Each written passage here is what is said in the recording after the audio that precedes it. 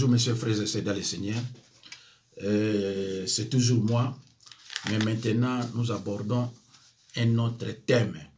Et le thème est intitulé « Si dans votre couple, l'un des conjoints est sorcier, le divorce est-il la meilleure solution? Si dans votre couple, l'un de vous est dans la sorcellerie, est-ce que le divorce est-il la meilleure solution? Mes chers frères et sœurs, peut-il exister une paix entre Christ et Satan? Le royaume de l'ennemi est fondé, n'est-ce pas, sur le principe de la compétition. Et si vous comprenez ce que je viens de dire, si vous avez déjà la réponse, vous comprenez déjà si le divorce est la meilleure solution. Alors, si dans votre couple, votre femme est sorcière, le divorce est-il la meilleure solution? Pourquoi nous prenons cet exemple-là? D'abord, une femme. La réponse est biblique. Si dans votre couple, votre épouse, votre femme est dans la sorcellerie, c'est confirmé, effectivement, elle est dans la sorcellerie. Le divorce est-il la meilleure solution?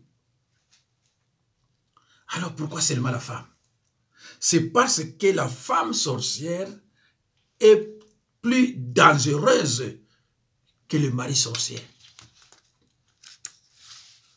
C'est parce que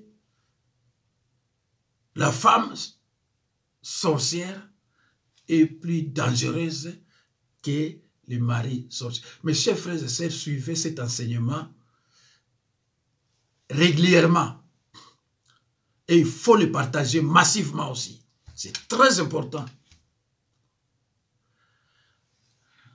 Lisons ce que la Bible nous dit concernant la femme sorcière. Dans Exode 22, verset 18. Tu ne laisseras pas vivre la magicienne.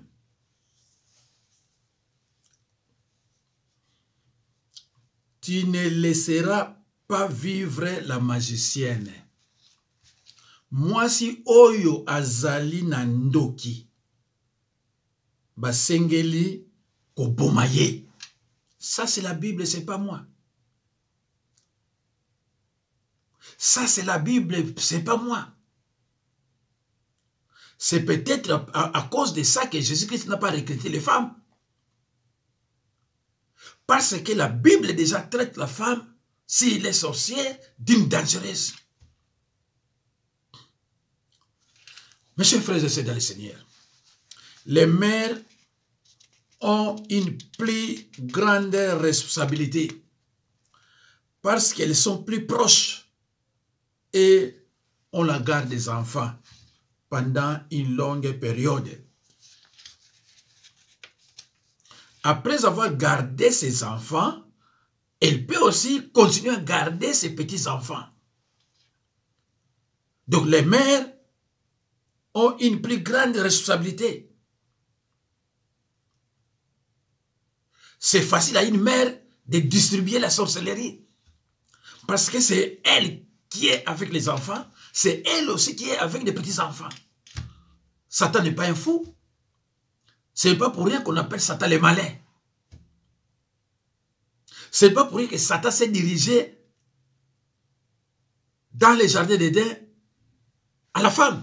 Ce n'est pas pour rien.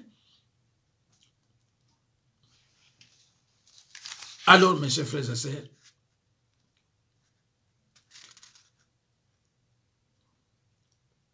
si dans une famille, la majorité des enfants ont la sorcellerie, les deux parents sont des sorciers, ou l'un des parents est sorcier, mais la majorité, les deux, si la majorité des enfants, si dans une famille, la majorité des enfants ont la sorcellerie, par exemple, ils sont 5 enfants, 3 ont la sorcellerie, les deux parents sont des sorciers, ou l'un des parents est sorcier.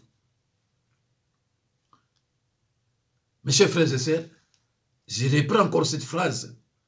Je trouve juste, frères et sœurs, en Christ, que tout ce que j'affirme soit examiné à la lumière des Écritures et qu'il puisse donc être contesté si je me trompe. Frères et sœurs en Christ, commençons d'abord par définir qu'est-ce que la sorcellerie. La sorcellerie, c'est l'art de nuire à l'être humain par une puissance occulte. La sorcellerie est synonyme des œuvres des ténèbres. Les ténèbres signifient absence totale de lumière, l'obscurité profonde. Les ténèbres, c'est la nuit noire, sombre. Cela évoque la peur, la terreur. Elles sont épouvantables. Peut-il exister une paix entre Christ et Satan?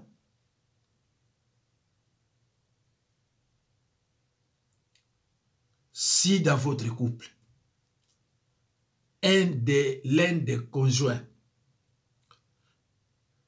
est sorcier, le divorce est-il la meilleure solution?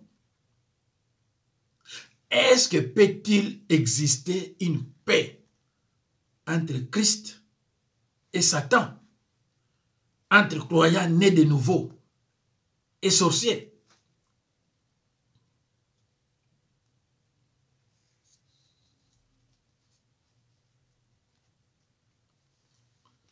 La sorcellerie est une force très dangereuse que Satan déploie pour détruire les enfants de Dieu, ceux qui sont destinés à réussir, à la grandeur et à l'élévation dans n'importe quel domaine de la vie. Il travaille sournoisement de manière rusée. Mes chers frères et sœurs dans le Seigneur, tenez-vous bien, la Bible Topson relève dans Exode 22, 17, tu ne laisseras point vivre la sorcière. Et la version Louis II dit dans le verset 18 du même livre d'Exode chapitre 22, tu ne laisseras point vivre la magicienne. Moi si oyo azaina ndoki basengeli ko bomaye. Exode 22, 18. Il faut examiner les Écritures. Il faut examiner les Écritures comme les Juifs de Béret, qui examinaient toutefois les Écritures pour voir si ce qu'on leur disait était exact.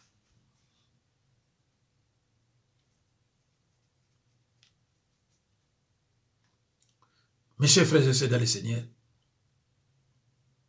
les sorciers ne doivent pas être traités avec une main légère. Vous devez les combattre à la lumière, à la manière de combattre un lion enragé. Les sorciers ne doivent pas être traités avec une main légère. Vous devez impérativement les combattre à la manière de combattre un lion en rangée. On est dans les combats spirituels. C'est un combat qu'on ne peut gagner que par des moyens spirituels. La Bible nous enseigne que les sorciers sont des cannibales. Michée 3, 2 à 4. La Bible nous enseigne les sorciers sont des cannibales. Michée 3, 2 à 4. Des gens qui mangent la chair humaine, qui se conduisent comme des sauvages. Alors comment un croyant né de nouveau peut continuer à rester avec quelqu'un qui mange la chair humaine? Les sorciers n'ont ni pitié, ni peur de personne et ne tient compte de qui que ce soit pour nuire. Les sorciers n'ont pitié, ni peur de personne et ne tient compte de qui que ce soit pour nuire. Ils se croient supérieurs en connaissance et en puissance, sont de véritables calomniateurs. Ils aiment dominer. Dominer signifie forcer une opinion ou imposer une volonté sur les autres. Et ils ont un mauvais caractère, un mauvais cœur. Mes chers frères et sœurs dans le Seigneur, le royaume de l'ennemi est fondé sur le principe de la compétition. Les sorciers sont menteurs de nature et hypocrites, ingrats, aiment boire et sucer le sang humain, sont têtus, manipulateurs, jaloux, nient tout, contrôlent tout, changent de langage à tout moment. Ils se déguisent en chrétiens. 2 Corinthiens 11, 13 à 15. Ils se cachent souvent sur des œuvres bonnes. Ils observent les traces de leurs victimes. Psaume 56, 7. Ils agissent à travers l'esprit d'une personne possédée, dont la force spirituelle est dominée par des démons méchants. Le Seigneur Jésus a signalé à ses disciples que l'homme aura pour ennemi les gens de sa propre famille. Le Seigneur Jésus a signalé à ses disciples que l'homme aura pour ennemi les gens de sa propre famille. Ainsi, ces esprits peuvent posséder soit votre père ou mère, frère ou sœur, oncle ou tante, votre mari ou votre femme, les grands-parents, un proche de la famille et les gens que vous fréquentez. Mes chers frères et sœurs, si votre père est sorcier, ce n'est plus votre père. Si votre mère est sorcière, ce n'est plus votre mère.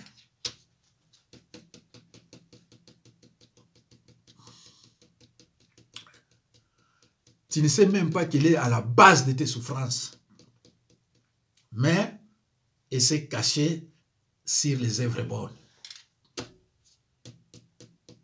Si ton frère ou ta sœur est sorcier, ça ne vaut même pas la peine. Peut-il exister une paix entre Christ et Satan? Peut-il exister une paix entre Christ et Satan?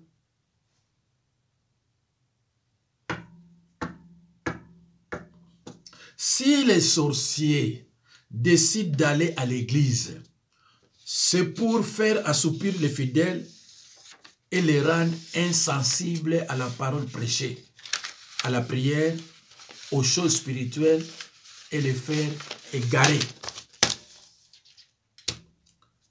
Mes chers frères et sœurs, l'Esprit dit clairement que Dans les derniers jours, certains abandonneront la foi pour suivre les esprits trompeurs et des enseignements inspirés par des démons. Ils se laisseront égarer par des gens hypocrites et menteurs, dit la Bible. Dans 1 Timothée 4, 1.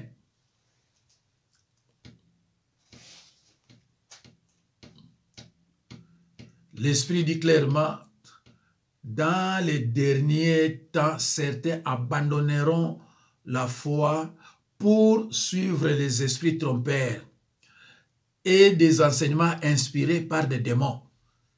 Ils se laisseront égarer par des gens hypocrites et menteurs, dit la Bible. Mes chers frères et sœurs dans le Seigneur, si dans votre famille, vous vivez avec des gens qui sont encore impliqués dans la sorcellerie et qui ne veulent pas se repentir, vous devez impérativement vous en séparer, quel qu'en soit le coût. Sinon, vous serez placé sous une influence satanique puissante et vous serez violemment attaqué. Si dans votre famille, vous vivez avec des gens qui sont encore impliqués dans la sorcellerie et qui ne veulent pas se repentir, vous devez impérativement vous en séparer, quel qu'en soit le coût. Sinon, vous serez placé sous une influence satanique puissante et vous serez violemment attaqué. La Bible dit, quand on vous persécutera dans une autre ville, quand on vous persécutera dans une ville, fuyez dans une autre. Matthieu 10, 23a. Quand on vous persécutera dans une ville, fuyez dans une autre. Matthieu 10, 23a. Alors, mes chers frères et sœurs, peut-il exister une paix entre Jésus-Christ et Satan? Peut-il exister une paix entre un croyant né de nouveau et une sorcière? Par définition, un chrétien, c'est un croyant né de nouveau. Si l'un des conjoints est dans la sorcellerie, le divorce est-il la meilleure solution? Paul en appelle à une séparation scripturaire. Lisons dans 2 Corinthiens 6, 14 à 17. Prenez vos Bibles, mes chers frères et sœurs. Nous allons lire dans l'épître de 2 Corinthiens 6, 14 à 17. J'ai lu au nom de Jésus-Christ. 14. Ne vous mettez pas avec les infidèles sous un joug étranger. Car quel rapport y a-t-il entre la justice et l'iniquité? Ou qu'y a-t-il de commun entre la lumière et les ténèbres? 15. Quel accord y a-t-il entre Christ et Bélial? Ou quelle part a le fidèle avec l'infidèle? 16. Quel rapport y a-t-il entre le temple du Dieu vivant? Comme Dieu l'a dit, j'habiterai et je marcherai au milieu d'eux. Je serai leur Dieu et ils seront mon peuple. 17. C'est pourquoi sortez du milieu d'eux et séparez-vous, dit le Seigneur. Ne touchez pas à ce qui est impur et je vous accueillerai. Mes chers frères et sœurs dans le Seigneur, la justice et l'iniquité ne peuvent rien avoir de commun. Soyons clairs. La justice et l'iniquité ne peuvent rien avoir de commun. Elles sont moralement opposées l'une à l'autre. Il en est de même de la lumière et des ténèbres. Lorsque la lumière pénètre dans une pièce, les ténèbres se dissipent. Les deux ne peuvent exister en même temps dans le même lieu. Mes chers frères et sœurs, les ténèbres et la lumière ne peuvent pas exister les deux en même temps dans le même lieu. Ne peuvent pas exister en même temps et dans le même lieu. C'est pratiquement possible. Pratiquement possible. Mes chers frères et sœurs, Père de gloire, les Écritures annoncent clairement que le peuple de Dieu souffrira et sera amené en captivité s'il persiste dans l'ignorance et dans le péché. Satan profite largement de votre ignorance. C'est pour cela que le prophète Osée a dit, « Mon peuple est détruit parce qu'il lui manque la connaissance. » Ce verset biblique ne dit pas que mon peuple est détruit à cause des sorciers. Non, uniquement par manque de connaissance. C'est pour ça que Jésus-Christ a dit, celui qui écoute la parole et ne la met pas en pratique ressemblera à un fou qui a bâti sa maison sur les sables. Et devinez les conséquences. Alors, cette section des 2 Corinthiens est l'une des plus importantes de toute l'écriture sur le thème de la séparation. Elle indique clairement que le croyant doit se séparer des infidèles, de l'iniquité, des ténèbres, des Bélial, des idoles, bref, des sorciers et satanistes. Il déteste le nom de Jésus. Alors, comment quelqu'un, les gens qui détestent le nom de Jésus-Christ, vous allez rester ensemble avec eux? Le nom de Bélial signifie indignité ou méchanceté. Il est attribué ici au diable. Peut-il exister une paix entre Christ et Satan? Évidemment non. Jamais. Peut-il exister une paix entre Christ et Satan? Évidemment non. Il ne saurait de la même façon y avoir une communion entre les fidèles et les fidèles. En établir une serait trahir le Seigneur.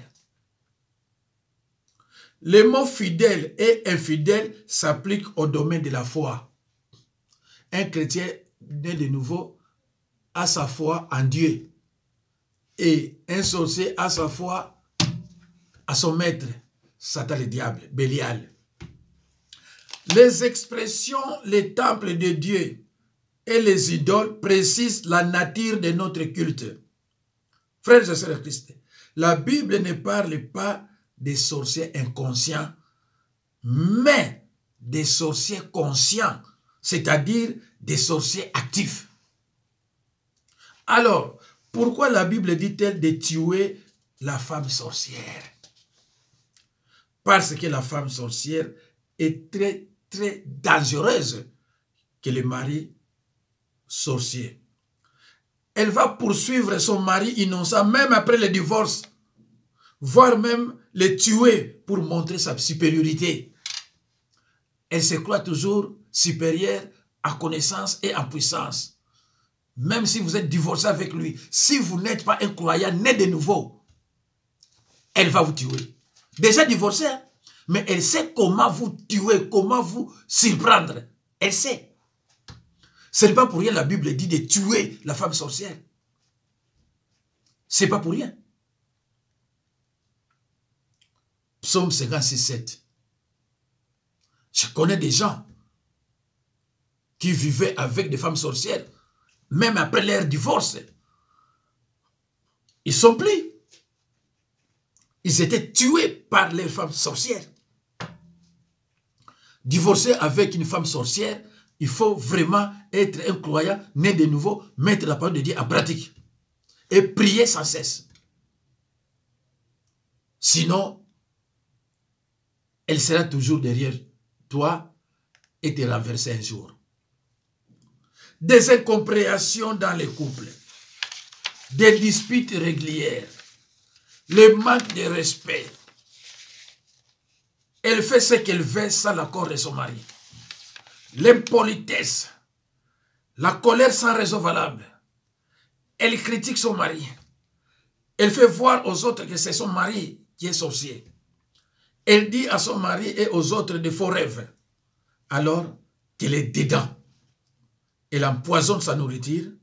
Elle a souvent l'envie de tuer son mari. Elle a le désir de rester seule parce qu'elle a un mari qu'elle aime beaucoup dans le monde des ténèbres, c'est-à-dire un collègue. Mes chers frères et sœurs, tu t'es marié avec une femme qui est sorcière depuis le ventre de sa mère. Tu t'es marié avec une femme qui est sorcière depuis l'âge de 2 ans. À l'âge de 27 ans, tu la prends en mariage. Alors que dès le bas âge, lorsqu'elle avait 5 ans, ici-bas, et dans le monde des ténèbres, il avait peut-être 35 à 40 ans. Il a des enfants, il a aussi un mari. Et toi, tu ne sais pas. Tu viens, tu la prends en mariage. Elle ne peut pas se divorcer avec son mari et ses enfants, des petits démons. Regarde les risques que toi, tu es en train de courir. Frère, ce n'est pas pour rien, la Bible dit de la tuer. Une femme sorcière, depuis l'âge de 2 ans, 3 ans, 4 ans, 5 ans, elle s'est mariée dans le monde des ténèbres. Elle est déjà déflorée. Mais ici-bas, dans notre monde physique, elle est vierge. Alors, surtout si vous achetez une maison en Europe, mettez-vous en tête qu'elle sera la seule bénéficiaire. Vous serez tué à Bomayo. Elle va rester bénéficiaire et vendre cette maison. J'avais un ami qui est parti comme ça.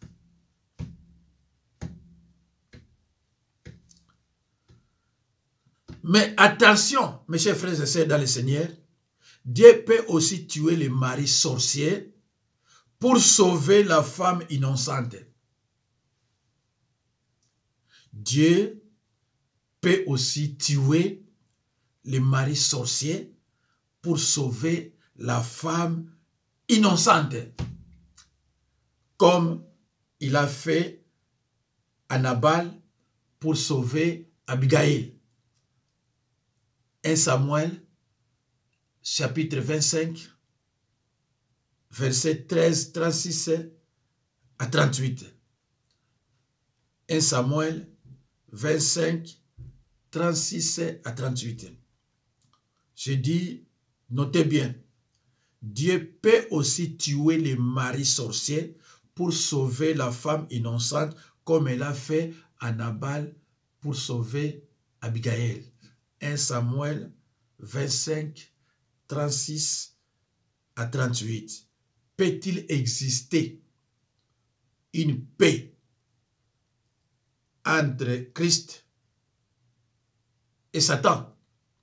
Je trouve juste que tout ce que j'affirme soit examiné à la lumière des Écritures. Souvenez-vous encore de la conduite criminelle de la femme sorcière Jézabel. Pardon, mes chers frères et sœurs. Souvenez-vous de Samson. La Bible nous enseigne que Samson était courageux au combat. Juge 15, 14 à 15. Doté d'une force physique extraordinaire. Juge 16, 3. Juge 16, 9. Juge 16, 12 et Juge 16, 14. Mais faible quand il s'agit de résister à la tentation de sa femme sorcière. Au final, Samson a été tué à cause de sa femme qui était sorcière. Souvenez-vous encore de la conduite criminelle de la femme sorcière Jézabel, qui a commandité la mort de Naboth. 1 Roi, chapitre 21, 5 à 13. Voilà comment, mes frères et sœurs, en Christ, une femme sorcière est très, très dangereuse. Et pour conclure, si vous avez une femme ou un mari sorcier, il n'y a que deux solutions. La repentance ou le divorce. Mais moi, conformément aux Écritures,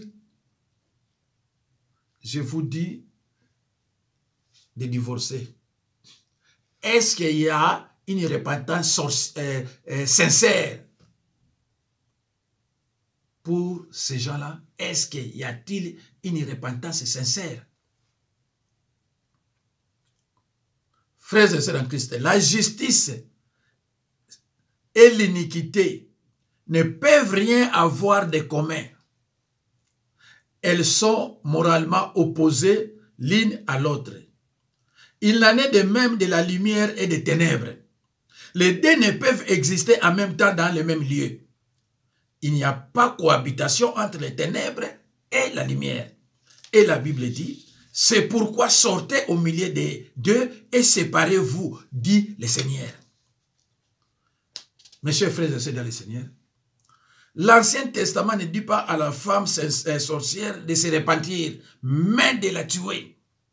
Vous ne pouvez pas vivre dans une même maison, sinon c'est trahir le Seigneur.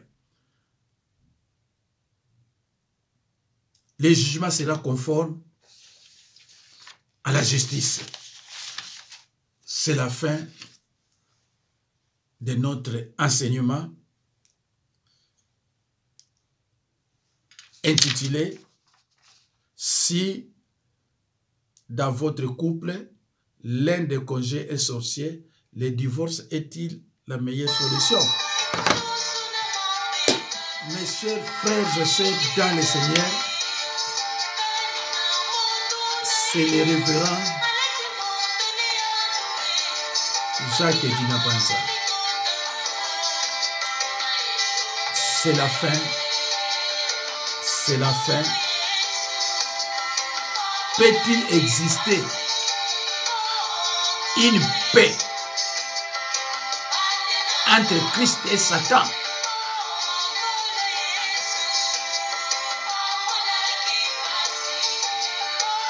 Peut-il exister une paix entre Christ et Satan?